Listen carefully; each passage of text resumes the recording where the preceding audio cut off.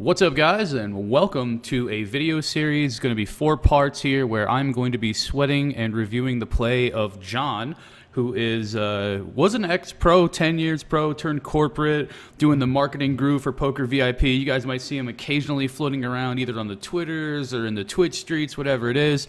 He's a marketing partner for the PokerVIP.com site. Was a rakeback grinder for all that time, Supernova Elite style. I'm just reading this off the side. You guys can see me reading this shit like over here. Just making sure you guys get a little backdrop on where John's coming from. So we're just going to go ahead and sweat his play, get right into the review, 4-part series, and let's see where we're at.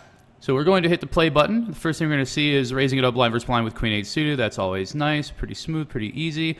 And it looks like he's going to be winding up a 3-bet with Ace 4. All right, so the first thing, is that a 3-bet or is it a limp? Is it 5 and 10 cent blinds? Okay, so it's a button raise, a flat, and then we're squeezing with Ace 4. Let me just make sure that that's what the correct action is, right? This is 5 cent 10, 5 cent 10 cent. I mean, but you know what I mean, Euro style. Oh, we have a spread of stakes here. Okay, so there's a 50 cent and a dollar table over here. Oh, looks like he's in every fucking stake ever. Okay, good. So the thing I'll say about this is that Ace 4 is generally going to be a combination. You're probably going to want a flat call here. We are closing the action, and it doesn't play all that well post flop. And the thing is that we have so many better combos that we're going to be able to re-raise in this spot. This is going to be one of the worst ones as far as playability goes, because in this day and age, people are definitely flat calling squeezes a bit more often than they used to, and we'd rather have a suited combination. I mean, I would rather have a gap suited connector in this spot. I'd rather have 8-5 suited. I'd rather just have any, I mean, don't get me wrong, the ace is nice, but I would rather have some sort of a suited combination for post-flop playability. Now, if you're looking at this from an exploitative standpoint and you think your opponents are just straight up over-folding like all day, every day, then this is a fine combination as the ace blocker is relevant, and using a kicker that does have straight potential is going to be better than something like ace 6 through ace 9. Those tend to be the worst combos in general. And they also block combos that are going to call pre-flop and then fold somewhere along the way. So if you're blocking hands like 6s, 7s, 8s, or 9s, that's oftentimes in their call pre-flop, call flop, fold turn, or call pre-flop, fold flop range. So generally the wheel aces or the Broadway aces are going to be the better ones to be using. And just from a 3-bet sort of a game theory perspective, if we're getting into the habit of using the offsuit combos, we really can run the risk of overdoing it, because there's so many of them available. Like once you get to the offsuit combos, there's just tons of them. There's fuck tons of them. So just it's an okay spot, but I think that from a hand selection perspective, we could probably choose a slightly better hand, unless you think they're just overfolding, in which case just hammer them with every ace you got. So it looks like we are, we went back there. We got the king 5, and it looks like we're blind versus blind, and we are leading out, which I'm perfectly fine with. I'm also good checking in this spot, depending on your opponent. If your opponent is just a passive bro, and he's not really betting a lot, then clearly he can call this board texture with hands like 7-8, 7-9, 6x, 10x, queen jack, any of those straight draws. Queen, I mean, there's just tons and tons of them. Queen 9, ace of spades. I mean, there's just tons and tons of draws here. So the more passive your opponent is, the more your opponent is not going to punish you for just leading out in this spot, rather than having a checking range. Then I'm fine just going ahead and betting, and then playing a little bit more conservatively on turns and rivers and spots where it kind of gets dicey. That being said, if you are looking for a balanced scenario here, and your opponent's a reg and he's kind of on the aggressive side of things, then you're probably going to want to check this combo, as you don't have a kicker, and you do have the 5 of spades, which helps a little bit of that playability across turns and rivers. We check the ace on the turn, which makes a lot of sense. This is a really bad turn card in general. He's going to have a ton of garbage in this scenario, and we are blocking the 5x of spades bluff combos. I probably would just go ahead and fold the turn. It's going to be really difficult for us to get the showdown.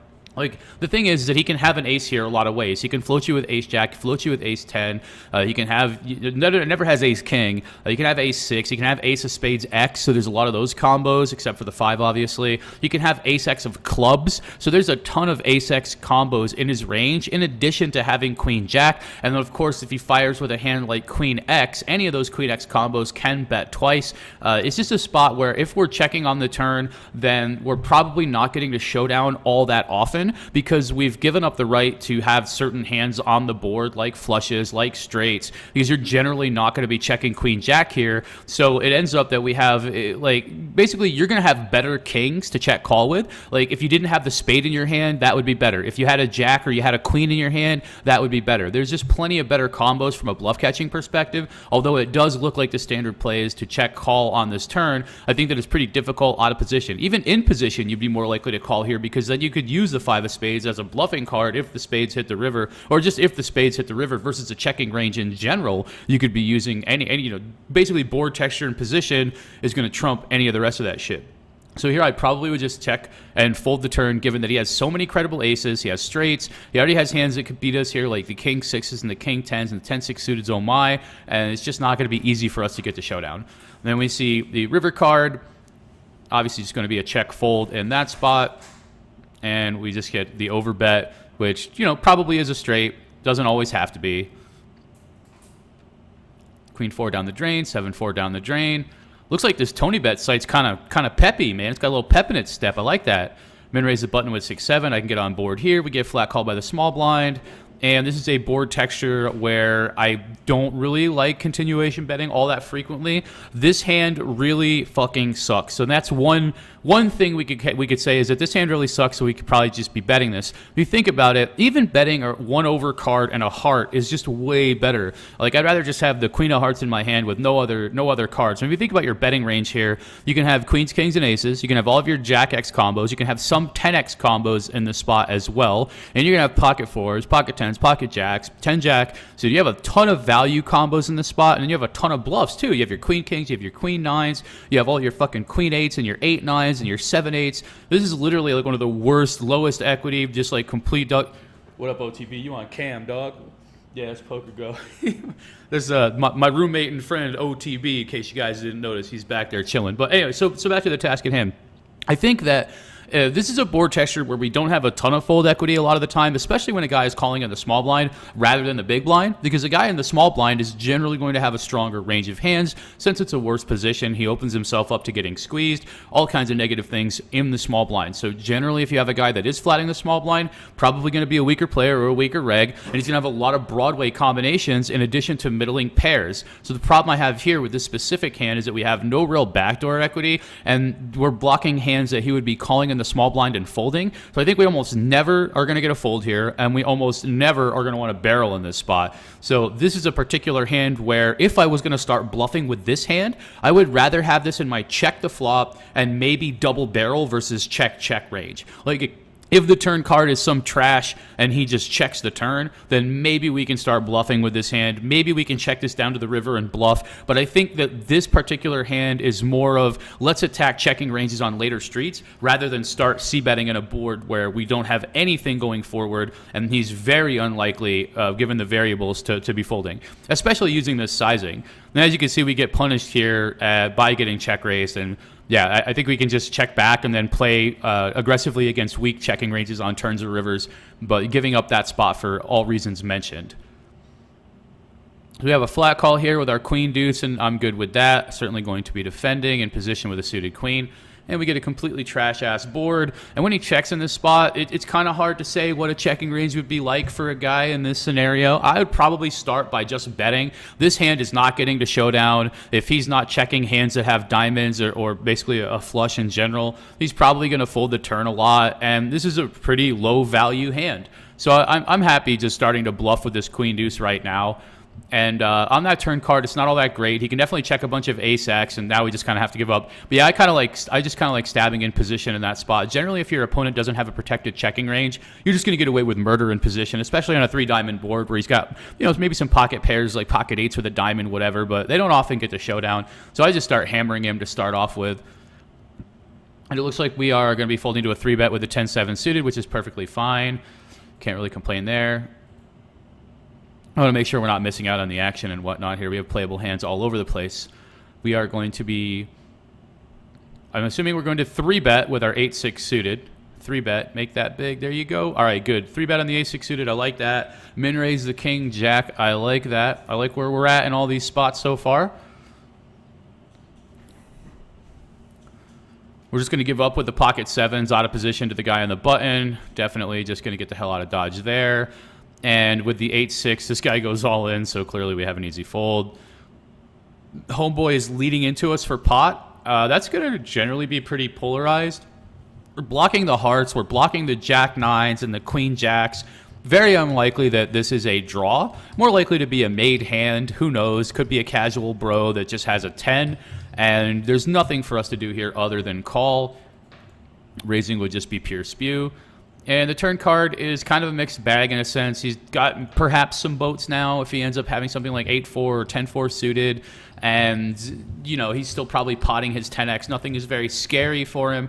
That being said, we do have 2 overcards, even though they aren't always good. You know, sometimes he has 10 jack or king 10. I mean, it's kind of dicey, and it's unlikely that we're going to be able to use position to bluff on this board just because we have cards that block all the bluffs. So on, let's say on a club river, it's not that great for us to be bluffing because he still could have a 10x of clubs combo, and we have all the hearts blocked. So he's just gonna call us down a ton of the time. I mean, I think you can still get away with calling here, but if you knew specifically that this guy just always has a 10 or better, and there's no chance he has 6-7, or no chance he has other clubs or hearts or any other weird shit, I mean, you could just make a case for folding on the turn.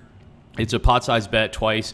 I wouldn't fault you for just folding the turn here, and I would fold the turn against a good number of players just because it's going to be very difficult for us to maneuver if we don't hit. And if we do hit, you got to think the 8 of clubs is not an out all the time. He does have an 8 and a 4 sometimes. So, I mean, the 8 of hearts rather. So the 8 of hearts isn't necessarily an out, and the board's already paired. So then it just kind of gets dicey. The jack and the king are sometimes dominated when he has a random 10. It just our equity in this spot is not all that amazing, and we're basically just, well, I have a flush draw. So I'd make a case for folding here on the turn quite a lot. Unless you knew your opponent was like straight up paper mache. Yeah, I think we can probably just go ahead and check again with the sevens in this scenario. There's not a ton of reason to start. I mean, we would have bet ace-10 on the flop. We would have bet 9-10 on the flop. We can basically represent a few checked flush draws and then pocket jacks, queen jack. And that's a board that's relatively polarizing in a sense that he's got a bunch of pocket pairs that are going to be folding and probably also checking back. And it's a bunch of Broadway combos, which are just going to be betting here or calling a bet. I didn't really want to double barrel sevens, so I like just giving up.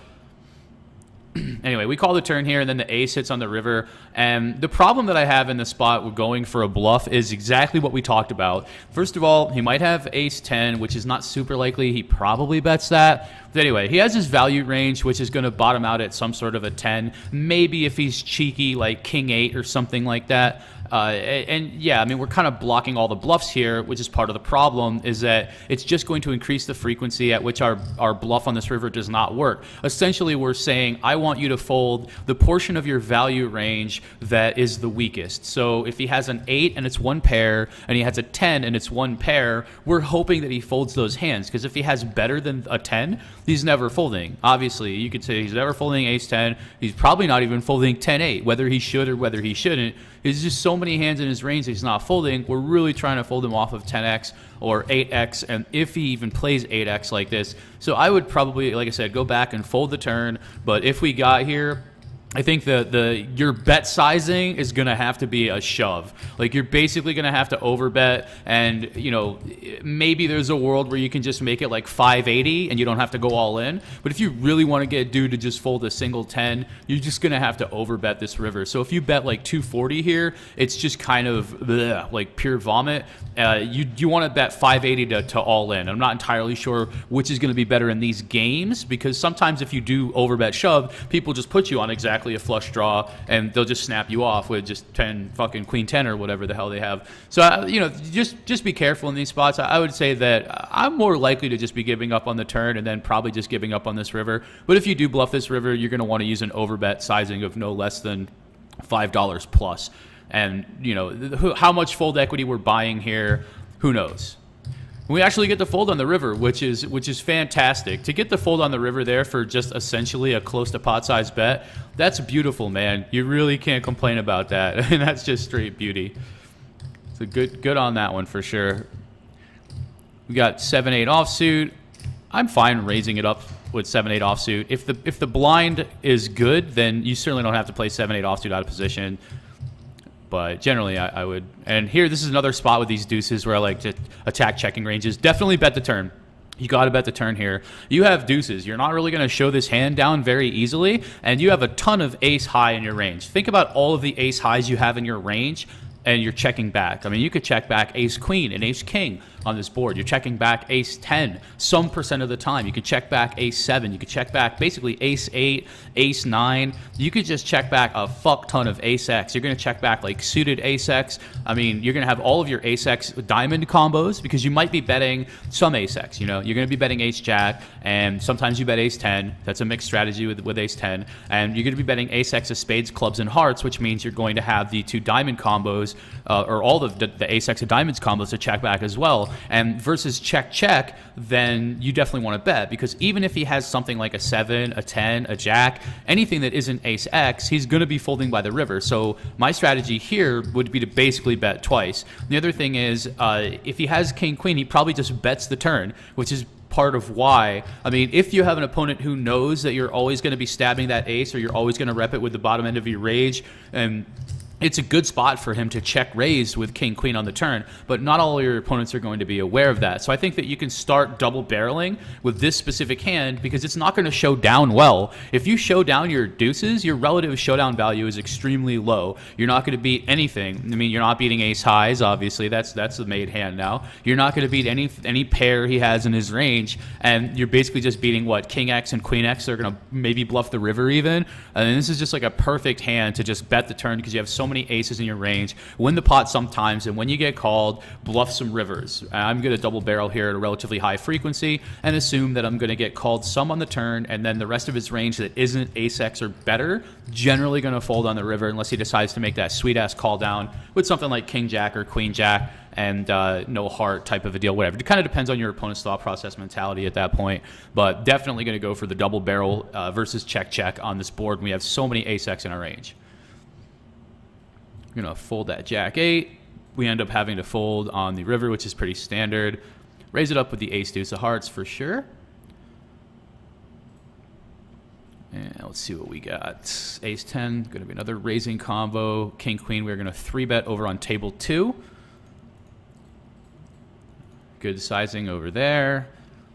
And the ace 10 we raise, and I'm perfectly fine c-betting the king 9 deuce board texture. Sizing looks good, relatively dry. We get called, and we have a 4-4-8 board texture. So the way that I'm going to be splitting my betting range on boards like this is going to be, if I have a club in my hand, I'm going to be betting. And if I have a backdoor, basically a backdoor flush draw, a backdoor straight draw, anything like that, I'm going to be betting. Now, if your opponents have a propensity to be calling 3-bets and then folding a lot post-flop, I don't mind having this in your betting range, but generally this is going to be an over bluff, as ace high is going to call you, all of his pocket pairs that call are going to call you, basically anything with a club is going to call you. We just don't have a ton of folds with this specific hand when we're facing this board texture. So, you know, if you basically, this hand is not going to be able to continue that much on the turn of the river. If you have the queen of clubs, you can start barreling. If the board is 9-4-4, then you have at least backdoor straight draws. I mean, the 8 versus the 9 is really significant because you're not going to turn a straight draw ever in this spot.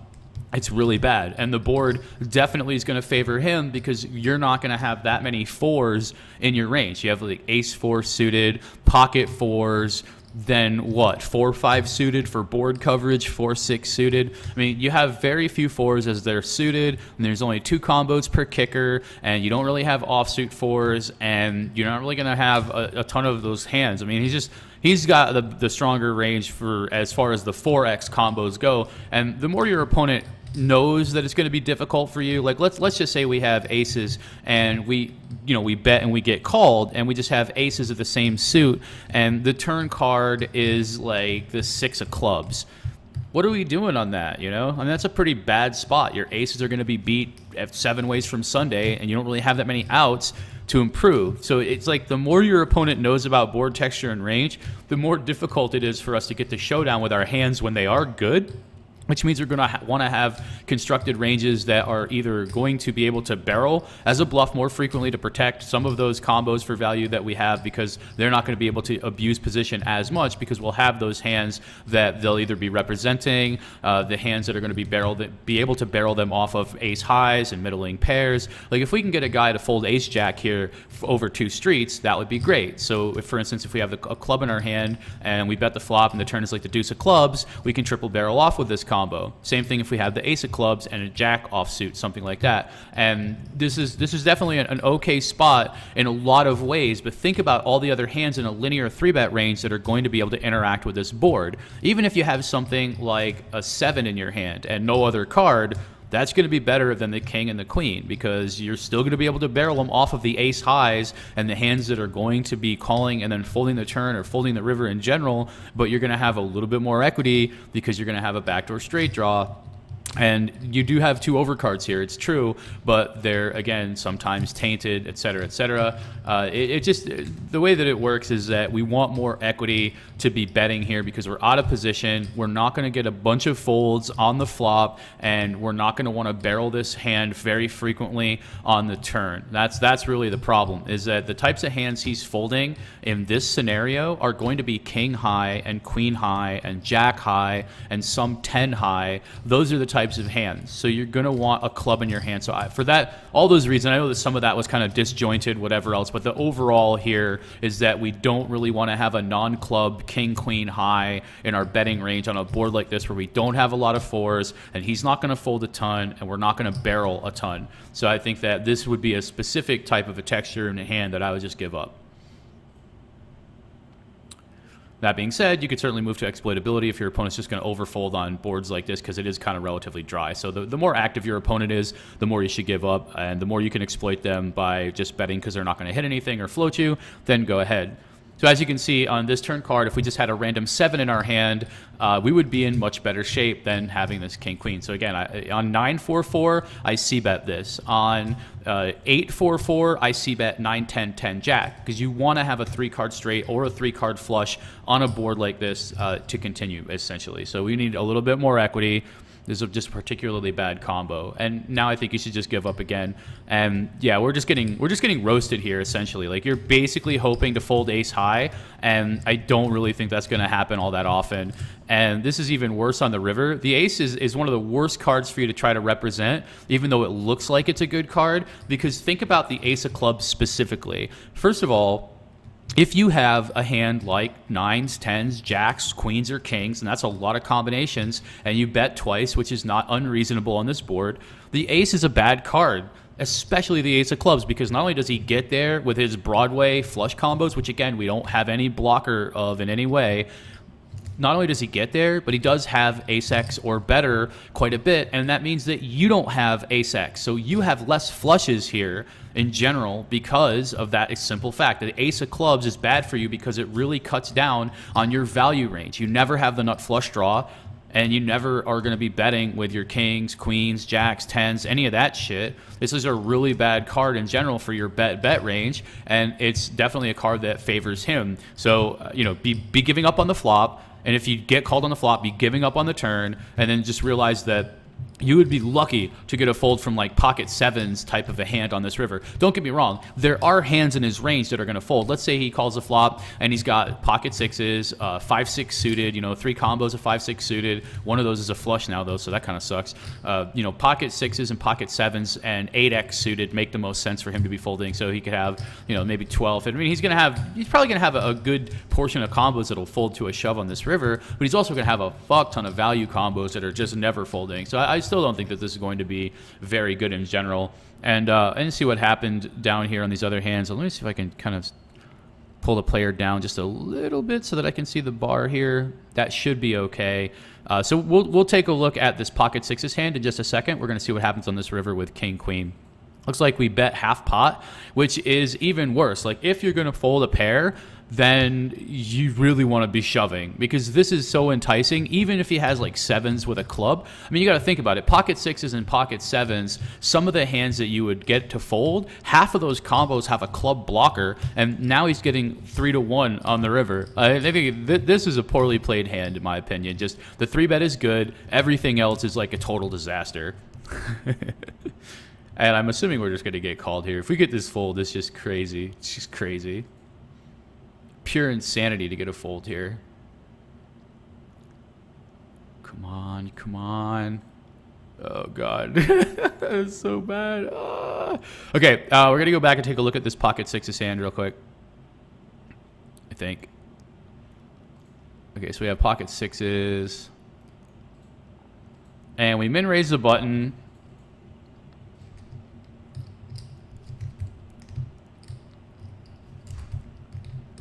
All right, and we flat call the 3-bet, which is good. And we have 6-5 or Queen 5-2 rainbow, and the queen high board is much better for us than it is for him. The first thing I want to talk about here is bet sizing.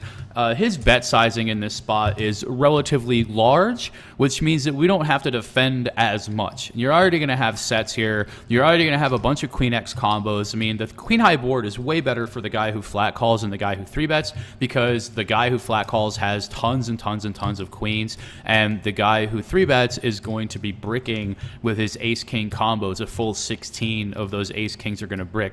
So, I mean, the guy that bets this board, he's not going to have queens in his range. He's going to have 12 combos of kings or aces. I don't know exactly how your opponents are going to play ace king. There's clearly a mixed strategy from them a lot of the time. But in general, you don't really want to be 3-betting and then over continuation betting on a queen high board, because the flat caller always has a queen X combo. He has ace queen, he has king queen offsuit. Those are a lot of combos. It's 24 on a queen high board. And then he has all of his suited combos. He might have queen jack offsuit as well. I mean, there could be up to like 40 some queens or more in your opponent's flat calling range. Whereas a king high board differs in that we have ace king as, you know, our value range now. It's not a bluff, and it just, there's less kings in their range because they're usually re-raising with ace king as well. So they essentially cap out at having king queen, and then some of their kings aren't really going to be offsuit. Like king jack is mixed strategy for a lot of guys, and then king 10 is generally just suited. So the king high board is going to get us more folds in general. The queen high board is going to be a little bit more difficult. You know, with sixes in the spot, I would probably just go ahead and fold the flop, and the main reason is his bet sizing. If your opponent bets 6 to 8 in this scenario, which is a more reasonable sizing, then I'm super happy just folding. But, you know, the way that you're going to exploit a guy that's betting this big is to essentially just call him with a stronger range if he's over bluffing in this spot. I mean, if he's making poor bet sizings like this, you're not going to defend as often because you don't need to. And if he's over c-betting and you're just going to be able to take the pot away on every single turn card, then yeah, okay, you can float here, but you just have better hands to be doing this. But that's definitely going to be a mistake on his part, and a mistake that we could be making is that we're calling too much just because it looks like a decent spot if his betting range is too strong. So if his betting range in this, like again, it kind of goes both ways. If he's betting in this scenario with this big ass bet and he's just c-betting way too much and then never getting a showdown, then we have a little bit more leeway in position to try to exploit that. But if he's betting really big here and he's always going to be double barreling, his range is always strong, he's not bluffing as often, then all these sort of marginal medium strength bluff catchers, they're in really bad shape, because you have 2 outs here, and then what, maybe a 3 hits or a 4 hits, and now we're bluffing like we have a straight. You know, we have to like turn a no equity hand into a bluff. Even if you had 5-6 suited, something like that, it would just be better in this spot because you have more outs to improve on the turn. I would almost rather have some sort of a backdoor nut flush draw in this scenario to be floating with. So I don't like these equity locked hands. And yeah, we've got a backdoor straight draw, but nothing else is really going for us, and the board is very dry and its bet sizing is very big. So I think that this is a spot where we can just go ahead and fold and not get too crazy with the floats when the sizing is so big on such a dry board. Because like I said, we can exploit that whether he's weighted towards air or whether he's weighted towards value. I think that we can just kind of find a better spot to figure that out even against the guy. So we have the king 9, and we go ahead and bet. I'm good with that. And we do hit the 3 on the turn, so we have 4-5. He doesn't. He probably does have ace-4 to some extent. He might not always have it. We can definitely have it, but like, look at his sizing here. This is really difficult to shove and try to get a guy to fold aces. And we should just be folding the turn. Should have just folded the flop. Not very good for us.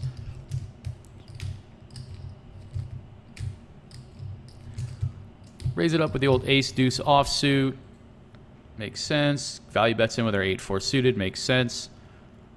And we're just going to end up folding, which is too frequently what's going to happen versus that sizing, because very often it's just going to be some guy with a really strong hand rather than some guy who's overseas betting. Because if he's a reg, then he's probably going to use a smaller sizing in general on that super dry board, because regs are going to know a few things. They're going to know that that's a dry board. They don't need to bet as big. They're also going to know that that board hits a flat calling range really well. So that's probably just some bad reg type bro or casual dude that basically just has the nuts pretty much all the time.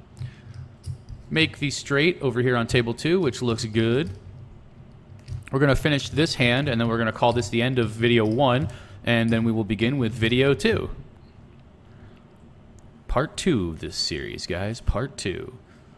Yeah. We're just going to value bet. Give me the money, Lebowski. Yeah, it's good. Like 120 is good. 90 cents is okay. Anywhere between 90 cents and 140 is okay. The ace of spades blocker there is pretty nice. But yeah. We will see you guys in just a couple of minutes or whatever, a couple of days, whatever the hell it is. We'll see you guys for part 2.